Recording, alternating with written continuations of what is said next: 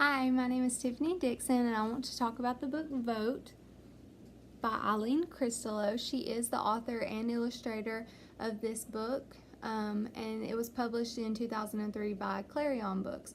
So it is a nonfiction book. There are some fictional portions of it, and I'll talk about that here in just a minute.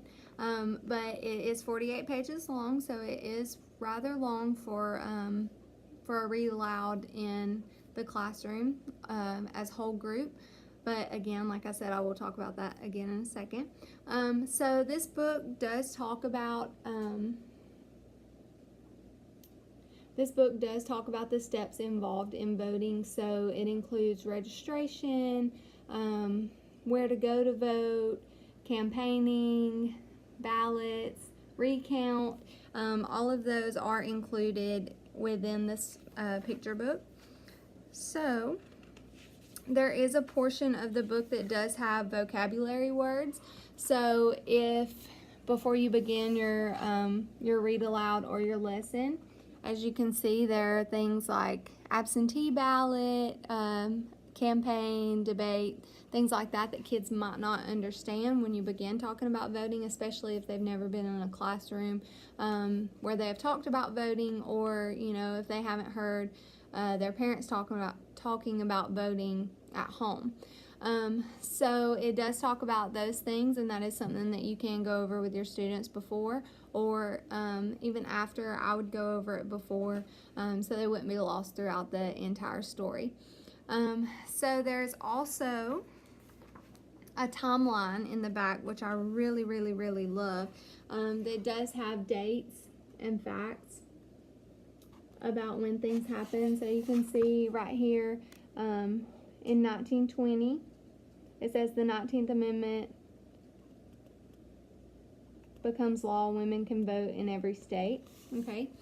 So it does have facts and dates, so kids can look at that and see when women were able to vote and things like that. So the illustrations in this book are ink and watercolor.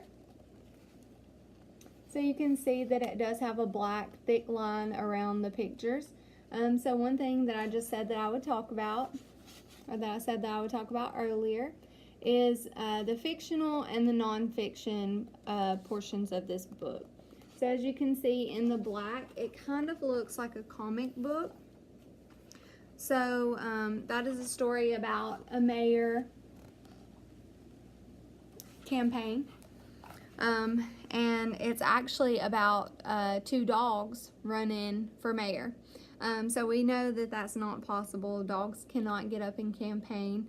But the text that is outside of the lines is all nonfiction. It is all factual information. It does talk about, again, about registration and recounts, things like that. So it talks about how if votes are close, that you can request a recount. So it does have those factual and not fictional elements to this book. So you could read this as a fiction book. You could read it alone, show them the pictures to make it quicker, or to make it maybe a little bit more engaging. But if you just want to get down to the facts, you can show them the pictures and just read the factual information. So I really, really like that about this book.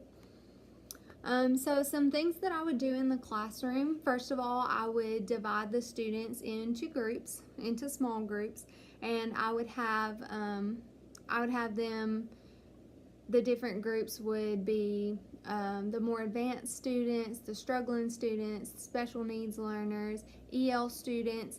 I would not divide them based on their learning ability. I would mix them up. That way, when you have the students sitting there talking about campaign, what does that mean? What does amendment mean? What is a candidate? So that way they could tell each other what the words mean, and it would be easier for them to understand. Another thing that I would like to do in the classroom after dividing them and letting them talk about these things is to actually have a classroom ballot. So say for example I wanted them to vote on line leader, who gets to clean the tables.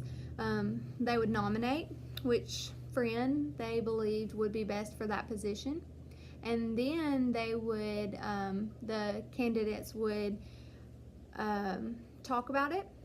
They would have a debate. They would decide which one, the students would decide which friend they felt like would be best for that position, and then we would create a ballot and they would vote for it. And this could even be used for things that are happening around the school. What time should the fall festival start, or what kind of things should be at the fall festival? So there's a myriad of things that students can vote on. So I think that would be really fun in a social studies classroom. Probably around 4th grade is what I would use it for. You could probably do it a little bit younger, or you could always do it a little bit older. But that's kind of when they start talking about laws and Alabama history and things like that. So that's what I would use the book Vote by Eileen Christelow for.